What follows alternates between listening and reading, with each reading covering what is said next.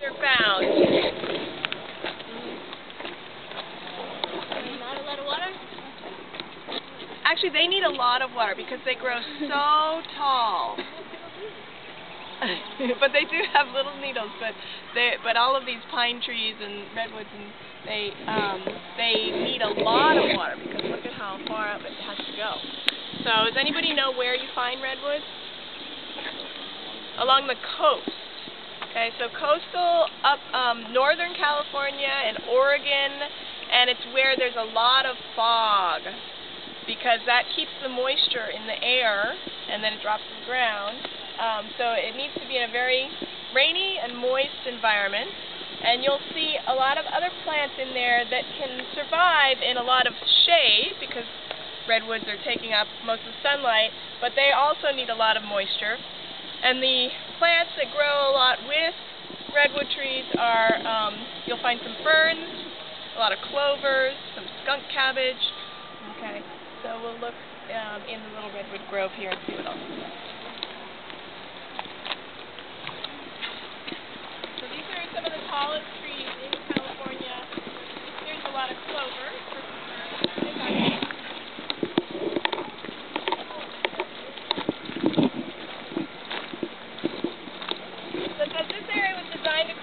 Recreate a coastal redwood forest. Coast redwoods, which are the sequoias and the cervins, occur naturally in a narrow fog belt extending from Monterey County to the Oregon border. Some of the redwoods here date from 1889, so they're really old, and are among the oldest specimens in the garden. Over 100 additional species of shade-loving California native plants make this a representative redwood community. The giant redwood, Sequoia giganteum, is also restricted in range, but to areas on the western slope of the Sierra Nevada.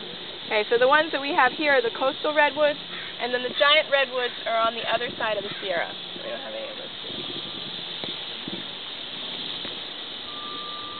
And it kind of shows you what would sprout out of a stump for a redwood. So this is a nurse stump. The stump from a burned or felled redwood tree creates a coarse soil from fallen debris and nurtures a variety of plants. Among the plants that are grown in the stump are huckleberry, sword fern, redwood sorrel, and sugar scoop. So this one here is a fern, and on the back of it you can see the sorry. So if you come over and see the tiny little bumps, those are all the sorry, and that's where the sporangia is. So is this the sporophyte or the gametophyte? Sporophyte. And ferns actually do have a free-living gametophyte, and it's tiny, and we will have it in class again.